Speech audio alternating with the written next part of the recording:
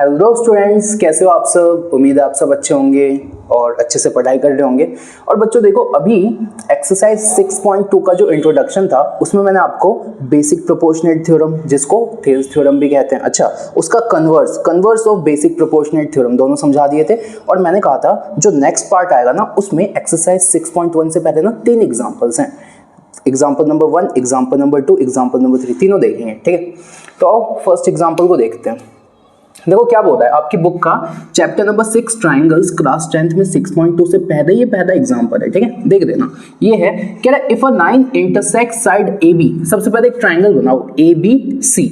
अब ना एक ऐसी लाइन है जो कि ए बी और ए सी को इंटरसेक्ट करती है। तो देखो इस वाली लाइन को देखो, वो ए बी को भी इंटरसेक्ट करती है और ए सी को भी इंटरसेक्ट करती है। अच्छा अब कहां पे, तो जो ए बी को इंटरसेक्ट करती है डी पे। तो देखो ए बी को कहां पे इंटरसेक्ट करती है, डी पे, और ए सी को कहां पे, डी ई है, डी ई। ए सी को कहां पे इंटरसेक्ट करती है, ई पे, सही है। And is parallel to B C. ये जो डी ई है ये बी सी की क्या है, पैरेलल, सही है। अब कह रहे हैं यार तुम्हें गिवन क्या दिया हमने, तो देखो गिवन ये दिया कि ये जो डी ई लाइन है ना, ये किसके पैरेलल है, बी सी के। तो ना ये गिवन है और हमें ये प्रूव करना है, ये हमें प्रूफ करना है। तो बच्चों देखो कैसे करेंगे। सबसे पहले जो गिवन है कि डी ई पैरेलल है बी सी। अब मैंने कहा याद करो कि वो कौन सा था, वो बीपीटी था या कन्वर्स ऑफ बीपीटी था, जिसमें हम ये कहते थे कि अगर मुझे पैरेलल पता है ना तो मैं रेशियो बता सकता हूँ। तो आप बोलोगे भैया जिसमें मुझे ये गिवन था कि पैरेलल है और उससे रेशियो पे जाना था तो ये बीपीटी था, है ना। तो मैंने कहा यहाँ पे मुझे पैरेलल गिवन है तो मैं यहाँ पे ये लिख सकता हूँ according to BPT, basic proportionate theorem के अकॉर्डिंग मैं ये कह सकता हूँ AD upon DB is equal to AE upon EC। मैं ये बोलूंगा AD upon DB is equal to AE upon EC। कैसे, बाय BPT, सही है। अब बच्चों जरा ध्यान से देखो, मैंने कहा देखो अगर मैं एज अ स्टूडेंट इसको अप्रोच करता कैसे करता। मैंने कहा देखो AD upon DB AE upon EC यहाँ पे, और मेरे को प्रूफ क्या करना है। देखो ऊपर है AD और ऊपर है AE, तो AD और AE तो आ गया, लेकिन ना नीचे मुझे यहाँ पे AB चाहिए और यहाँ पे मुझे AC चाहिए। मैंने कहा एक बात बताओ, यानी मुझे इसको तो चेंज नहीं करना, मुझे इसको चेंज नहीं करना, मुझे क्या इसको चेंज नहीं करना। मुझे अगर इसको चेंज नहीं करना तो किसको चेंज करना है, तो इस नीचे वाले टर्म को चेंज करना है ना, इस नीचे वाले टर्म को चेंज करना है। कैसे करूंगा इस नीचे वाले टर्म को चेंज। तो बच्चों देखो अब ना थोड़ा सा दिमाग लगाओ। मैंने कहा डीबी कहाँ है, तो डीबी ये वाला पार्ट है और मुझे नीचे ए बी बनाना है, यानी मुझे डीबी नहीं बनाना, मुझे पूरा ए बी बनाना है। तो मैंने कहा अगर इस डीबी वाले पार्ट में ये वाला पार्ट ऐड हो जाए तो क्या पूरा ए बी नहीं बनेगा। वैसे ही देखो ये ईसी है तो ईसी इतना पार्ट है, अगर इसमें मैं ये वाला पार्ट ऐड कर दूं तो वापस पूरा क्या बन जाएगा, एसी। अब मैं कैसे ऐड करूंगा, तो बच्चों ना इसको हम रिवर्स कर देंगे। इसको हम क्या कर देंगे, रिवर्स मतलब हमने इसको पलट दिया, हमने इसको क्या कर दिया, पलट दिया। तो जब आप इसको पलटोगे तो डीबी आ गया ऊपर और एडी आ गया नीचे, सेम ईसी आ गया ऊपर, एई आ गया नीचे। अब मैंने कहा कुछ भी करना है, मुझे इसमें ये वाला पार्ट चाहिए, इसमें मुझे ये वाला पार्ट चाहिए। तो मैं लिखूंगा दोनों साइड ना एक ऐड कर दो, एडिंग वन बोथ साइड। और बच्चों ये जो मैं बता रहा हूँ ना, इस बात को ऐसा नहीं है कि आपको रट देना है, इसका मैंने लॉजिक दिया है कि क्या लॉजिक है। मैंने कहा जरा ध्यान से देखो, अगर मैं DB बाई AD यहाँ पे एक ऐड कर दूं और EC बाई AE यहाँ पे भी कितना ऐड कर दूं, 1, तो देखना होगा क्या। मैंने कहा एक बात बताओ, DB तो एज इट इज रहेगा, अच्छा, और जब 1 ऐड होगा तो AD ऊपर चला जाएगा, AD, और नीचे क्या बच गया, नीचे बच गया AD। अच्छा यहाँ पे देखो EC तो एज इट इज रहेगा, EC, अच्छा, और यहाँ पे 1 ऐड है तो AE ऊपर चला जाएगा प्लस AE, और नीचे क्या बच गया, AE। ये बच गया क्या, ये बच गया क्या। अब देखना ध्यान से, इसके आगे क्या हुआ, इसके आगे अब देखना, अब जरा ध्यान से देखो DB प्लस AD। तो बच्चों अगर मैं उस डायग्राम को वापस से बनाऊं, A B C D E। मैंने कहा एक बात बताओ, DB प्लस AD, देखो DB प्लस AD मेरे को पूरा AB नहीं दे रहा, तो मैंने कहा इसकी जगह मैं लिख दूंगा AB, और नीचे क्या लिखा हुआ है, AD, बराबर है EC प्लस AE। तो देखो EC ये रहा, A ये रहा, ये पूरा जोड़ दो तो मेरे को क्या आ रहा है, AC, और नीचे क्या लिखा हुआ है, नीचे लिखा हुआ है AE, ठीक है।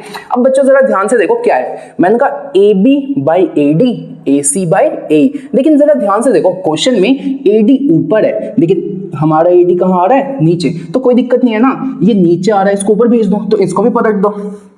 तो मैंने कहा AD को ऊपर लिख दो, AB को नीचे।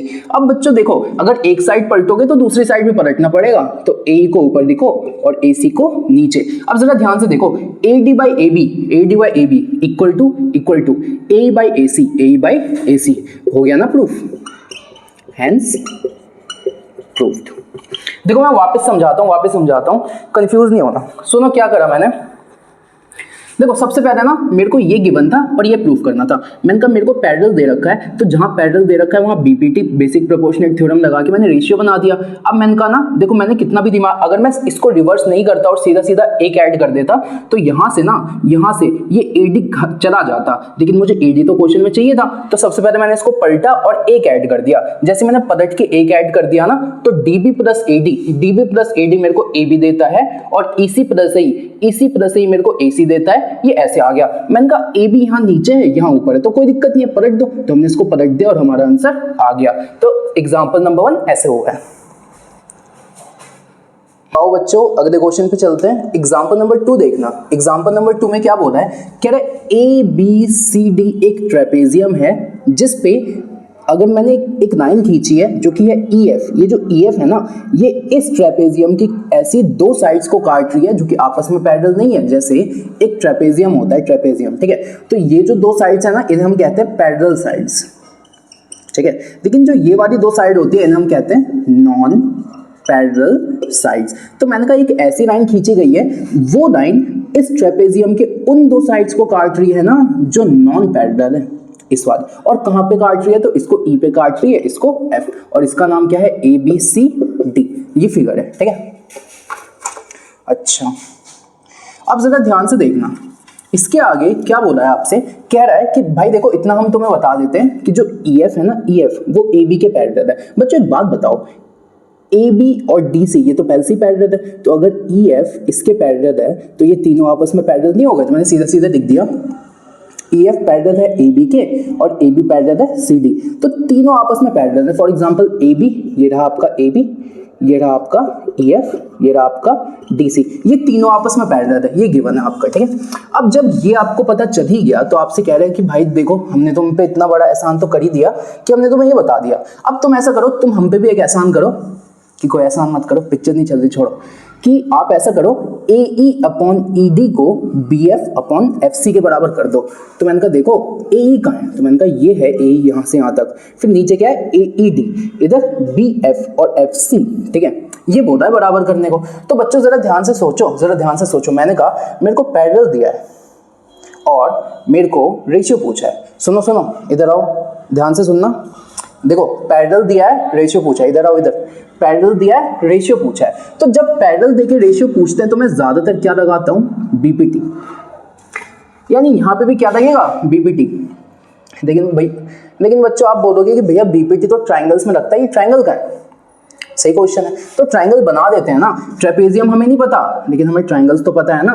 तो मैंने कहा एक बात बताओ, अगर मैंने यहाँ से एक ऐसी लाइन खींच दी, अब जरा ध्यान से देखो, इस एक लाइन ने इस ट्रेपेजियम को दो ट्राइंगल्स में बांट दिया। देखो जरा ध्यान से क्या हुआ, मैंने कहा यहां से मैंने एक ऐसी लाइन खींच दी, तो मैंने कहा एक आपका ये वाला ट्राइंगल है, ये वाला, एक आपका ये वाला ट्राइंगल है और दूसरा आपका ये वाला ट्राइंगल है, ये वाला, दिख रहा है आपको। तो एक लाइन ने ट्राइंगल को, मतलब ट्रेपेजियम को दो ट्राइंगल्स में बांटा। मैं कहता हूं मान लो जो ये वाला पॉइंट है वो क्या होगा, अब हम देते हैं ट्राइंगल ADC। अब मैं देता हूं इन ट्राइंगल ADC। एक बात बताओ, EF ये पूरी लाइन इसके पैरेलल है तो आधी लाइन भी तो इसके पैरेलल होगी। अरे भाई पूरी लाइन अगर इसके पैरेलल है तो इतनी भी तो इसके पैरेलल होगी, समझे। तो मैंने कहा कि मैं यहां से लिख सकता हूं कि जो EO है ना, जो EO है यहां से यहां तक की लाइन वो DC के पैरेलल है। EO किसके पैरेलल है, DC के। अब मैंने कहा अगर ये वाली लाइन इसके पैरेलल है देन अकॉर्डिंग टू BPT, मैं ये नहीं कह सकता कि अगर ये वाला ट्राइंगल है, ये वाला ट्राइंगल जिसमें ये दो साइड्स पैरेलल है तो ये और ये रेशियो बराबर होगा। तो मैं ये बोलूंगा AE upon ED is equal to AO upon OC। तो मैं इसको लिखता हूँ AO अपॉन OC, ठीक है। अब मैं इसको बोलूंगा इक्वेशन नंबर 1। अब मैं बच्चों इस वाले ट्राइंगल पे चलता हूँ ABC, तो मैं यहाँ लिखता हूँ इन ट्राइंगल ABC। अब मैं बोलूंगा देखो ये जो OF है, OF जो है वो किसके पैरेलल है, तो आप बोलोगे OF किसके पैरेलल है, AC के। तो मैं बोलूंगा ये जो OF है ये किसके पैरेलल है, AB। देखो ना ये जो OF वाली साइड है वो AB के ही तो पैरेलल है, दिख रहा है ना। अच्छा तो मैं यहाँ बोलूंगा अकॉर्डिंग टू BPT के हिसाब से मैं क्या बोलूंगा, जरा ध्यान से देखो। मैं ये नहीं बोलूंगा कि अगर मैं यहाँ से देखता हूँ तो CO upon OA is equal to CF upon FB, यही तो बोलूंगा। CO देखो CO upon OA is equal to CF upon FB। अब बच्चों मैंने कहा देखो ना ये जो OA OC है वो यहाँ पे भी है और OA OC यहाँ पे भी है, लेकिन एक चीज पता है क्या, इन दोनों को मैं बराबर नहीं कर सकता। क्यों? क्योंकि यहाँ पे OA ऊपर है, यहाँ पे नीचे। तो मैंने कहा एक बात बताओ ना, यही तो दिक्कत है कि इसमें ऊपर नीचे का खेद है। तो कोई बात नहीं, इसको पलट दो। तो हमने क्या किया, इसको पलट दिया इसको। तो जैसे ही हमने इसको पलटा तो OA कहाँ आ गया, ऊपर, और OC कहाँ चला गया, नीचे। अच्छा बच्चों ये पलटा है तो ये भी तो पलटेगा, तो FB आ गया ऊपर और CF कहाँ आ गया, नीचे। अब मैंने कहा ये है आपकी इक्वेशन नंबर 2। अब मैंने कहा इक्वेशन नंबर 1 और 2 से मैंने क्या बोला कि OA अपॉन OC यहाँ भी है, तो अगर ये इसके बराबर है, ये इसके बराबर है, तो ये दोनों भी तो आपस में बराबर होंगे। तो मैं यहाँ से लिखूंगा फ्रॉम इक्वेशन 1 एंड 2 क्या बोलूंगा कि AE अपॉन ED किसके बराबर है, तो आप बोलोगे FB अपॉन CF के। अब जरा ध्यान से देखो FB अपॉन CF के, तो बच्चों इसको मैंने एज इट इज लिखा AE अपॉन ED। अब ये बताओ FB कहाँ है, FB, तो आप बोलोगे FB। भाई देखो ना मैं इसको FB पढ़ दूं या BF पढ़ दूं, बात तो एक ही है ना, बात तो एक ही है। अच्छा और नीचे क्या है, CF। अब देखो ना इसको मैं CF पढ़ लूं या FC पढ़ लूं, बात तो एक ही है, FC। और बच्चों जरा ध्यान से देखो, यही प्रूफ करना था। AE upon ED is equal to BF upon FC। AE upon ED is equal to BF upon FC। अब जरा ध्यान से देखो, इसको मैं दोबारा समझाता हूँ क्या किया। मैंने कहा मेरे को ट्रेपेजियम दिया था, ट्रेपेजियम को मैंने एक डायगोनल खींचा, दो ट्राइंगल्स में बांटा, दोनों ट्राइंगल्स पे BPT का थ्योरम लगा दिया। BPT का थ्योरम लगाने के बाद मैंने कहा एक हिस्सा तो कॉमन है, तो यानी दूसरा भी बराबर होगा, दोनों को बराबर कर दिया, आंसर आ गया। ठीक है, ऐसा है दूसरा क्वेश्चन। तो आओ बच्चों अगले एग्जांपल पे चलते हैं। अगला एग्जांपल नंबर 3 क्या बोलता है, यहाँ पे आपको गिवन है PS अपॉन SQ बराबर है PT अपॉन TR के। एक ट्राइंगल है आपका PQR जिसमें PS अपॉन SQ बराबर है PT अपॉन TR के, यही है। और एंगल PST बराबर है एंगल PRQ। बच्चों देखो बहुत कंफ्यूजन होती होगी तुम लोगों को इस चीज में, PRQ। अब यहाँ पे किस एंगल की बात की गई है, P की बात की है, S की बात की है, T की बात की है कि Q की, किसकी बात की है, तो आप बोलोगे जो बीच में लिखा होता है ना इसकी बात की है, यानी एंगल S किसके बराबर दे रखा है, एंगल R। तो मैंने कहा देखो S यहाँ पे है, R यहाँ पे, आप ऐसे समझ सकते हो, ठीक है, आप ऐसा समझ सकते हो, ठीक है। तो कंफ्यूज नहीं होना, यानी S को किसके बराबर बोल दिया, R के, R ये रहा, S ये रहा, ठीक है। अच्छा तो मैंने ना इसको ऐसे बना दिया ताकि आपको पता चले ये दोनों बराबर है। अब हमें कह रहे हैं देखो इतना कुछ हमने तुम्हें दे दिया, वाह कमाल की बात है। तो आपसे पूछा गया, आपसे ये पूछा है कि PQR को एक आइसोसेलेस ट्राइंगल प्रूफ करो। बच्चों एक आइसोसेलेस ट्राइंगल किसे कहते हैं, आइसोसेलेस ट्राइंगल उसे कहते हैं जिसमें जो दो साइड्स होती है ना वो कैसी होती है, इक्वल। जैसे मैंने कहा इसको मैं आइसोसेलेस ट्राइंगल पता है कब बोलूंगा, जब कम से कम दो साइड्स बराबर होगी। वो दो साइड्स कोई भी हो सकती है, समझ आया आपको, कम से कम कितनी साइड्स बराबर होनी चाहिए, दो। तो यानी मुझे कुछ भी करके इसमें ना दो साइड्स को बराबर प्रूफ करना है।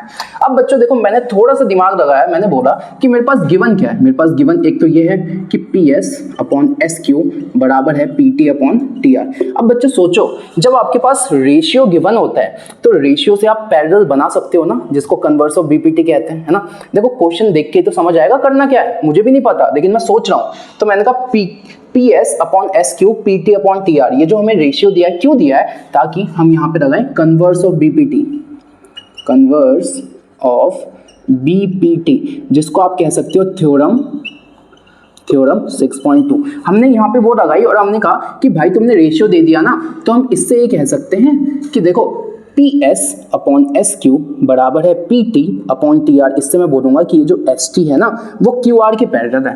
तो मैंने कहा जो ST है, ST वो किसके पैरेलल है? QR। और यहाँ पे मैंने क्या लगाया? तो आंसर है कन्वर्स ऑफ BPT। अब मैंने कहा बच्चों एक बात बताओ, जरा ध्यान से समझना। मैंने कहा अगर ये और ये पैरेलल लाइंस है तो ये वाला एंगल और ये वाला एंगल करस्पॉन्डिंग एंगल्स हो गए क्या? भाई सोचो, मैंने कहा देखो दो पैरेलल लाइंस हैं और उनको एक ऐसा एंगल काटता है, सही है? तो मैं कहता हूँ ये वाला एंगल किसके बराबर होता है? इस वाले के। इनको मैं कहता हूँ करस्पॉन्डिंग एंगल्स। क्या बोलता हूँ? Corresponding angles. तो मैंने कहा देखो ये आपकी ST है, ये आपका क्या है? QR। और यहाँ से कुछ ऐसे जा रहा है, तो मैंने कहा ये दोनों एंगल भी तो बराबर होंगे। तो मैंने कहा एंगल S किसके बराबर होगा? एंगल Q के। समझे? तो एंगल S किसके बराबर है? एंगल Q के। तो मैं यहाँ से ये लिख दूं कि ST पैरेलल है QR से, तो मैं यहाँ से बोल सकता हूँ angle S will be equal to angle Q। अच्छा, और मैंने यहाँ पे क्या बोला? ये कौन से एंगल है? करस्पॉन्डिंग एंगल्स, ऐसा कह दिया मैंने। अच्छा, इसको और अच्छे से पता कैसे लिख सकता हूँ? मैं लिखूंगा PST, इसकी जगह मैंने लिखा एंगल PST, और इसकी जगह मैंने लिखा PQR, इसकी जगह मैंने लिखा PQR। देखो बीच में आ गए ना, और हमें बीच में लाना था। अब मैंने कहा ये है आपकी इक्वेशन नंबर 1। ये क्या है आपकी इक्वेशन नंबर, गर्मी बहुत है यार, ये है आपकी इक्वेशन नंबर 1। अच्छा, इक्वेशन नंबर 2 क्या है? देखो ना यार, इसका कब यूज करोगे? तो हमें गिवन क्या है? हमें गिवन है एंगल PST किसके बराबर है? Angle PRQ। ये है इक्वेशन नंबर 2, ये हमने निकाली है और ये चीज़ हमें क्या है? गिवन। सही है। अब जब ये दो चीज़ें मुझे गिवन है तो मैं यहाँ से ये कह सकता हूँ क्या? यहाँ से मैं ये कह सकता हूँ कि देखो PST यहाँ भी है, PST यहाँ भी है, सीटी बज गई और यहाँ पे क्या है? PQR, और यहाँ पे क्या है? PRQ। तो मैंने कहा अगर इनका LHS बराबर है तो ये भी तो आपस में बराबर होंगे। तो मैं ये नहीं कह सकता from equation first and second angle PQR is equal to angle PRQ। कह सकता हूँ क्या? कह सकता हूँ। तो मैं ये कहूँगा ना कि एंगल Q किसके बराबर आ गया? Angle R। तो मैं यहाँ से ये कह सकता हूँ एंगल Q किसके बराबर आ गया? Angle R।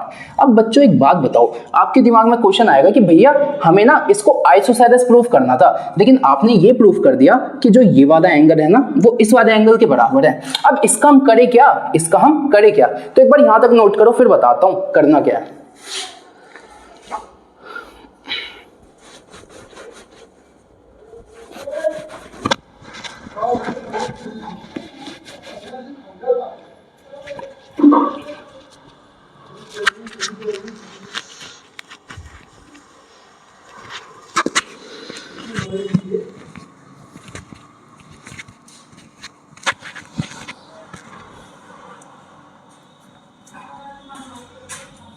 ठीक है, तो मेरे को जगह चाहिए थोड़ी सी, तो मैं इसको मिटा देता हूँ।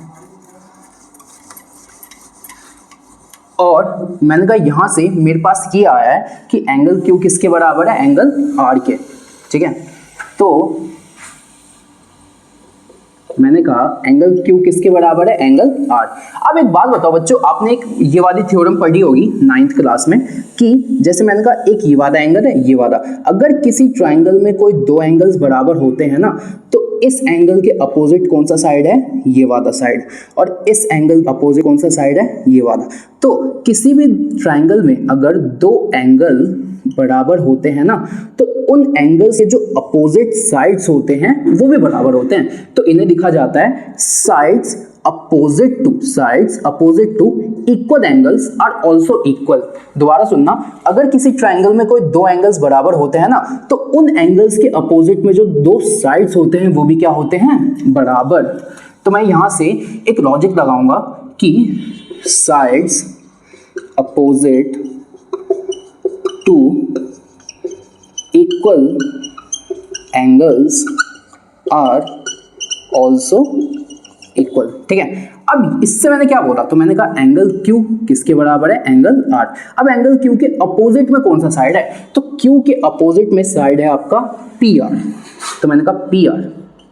अच्छा आर, आर के अपोजिट में कौन सा साइड है, तो आर के अपोजिट में है पी क्यू, यानी पी आर किसके बराबर आ गया, पी क्यू। अब मैंने कहा अगर किसी ट्राइंगल में दो साइड्स बराबर हो जाते हैं तभी तो उसको आइसोसेलेस ट्राइंगल बोलता हूं, तो मैंने कहा here two sides of triangle P Q R are equal.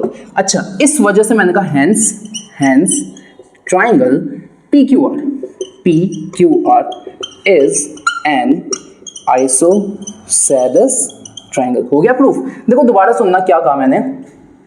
Question में सबसे पहले मेरे को ये रेशियो दिया था, मैंने कन्वर्स ऑफ बीपीटी लगा के ये बोल दिया कि एसटी इसके पैरेलल है। जैसे ये इसके पैरेलल है ना, तो ये और ये एंगल बराबर होंगे, करस्पॉन्डिंग एंगल्स। मैंने कहा ये इसके बराबर था, ये इसके बराबर है, तो ये दोनों आपस में बराबर है। अब अगर ये दोनों आपस में बराबर है ना, तो इनके अपोजिट के साइड्स भी आपस में बराबर होंगे, यानी इस ट्राइंगल के दो साइड्स आपस में बराबर आ गए। जिस ट्राइंगल के दो साइड्स आपस में बराबर आ जाते हैं उसको मैं आइसोसेलेस ट्राइंगल बोलता हूँ, इसलिए ये वाला ट्राइंगल भी क्या है, आइसोसेलेस ट्राइंगल। ठीक है, तो बच्चों यहाँ पे 6.2 का इंट्रोडक्शन भी खत्म होता है। जो नेक्स्ट वीडियो आएगी ना उसमें 6.2 एक्सरसाइज करवाऊंगा। ठीक है, तब तक के लिए आप इसे देखते रहो, और गर्मी बहुत है तो पानी वानी पीते रहा करो। देखो पानी तो ऐसे निकल जाता है ना, पानी वानी पीते रहा करो।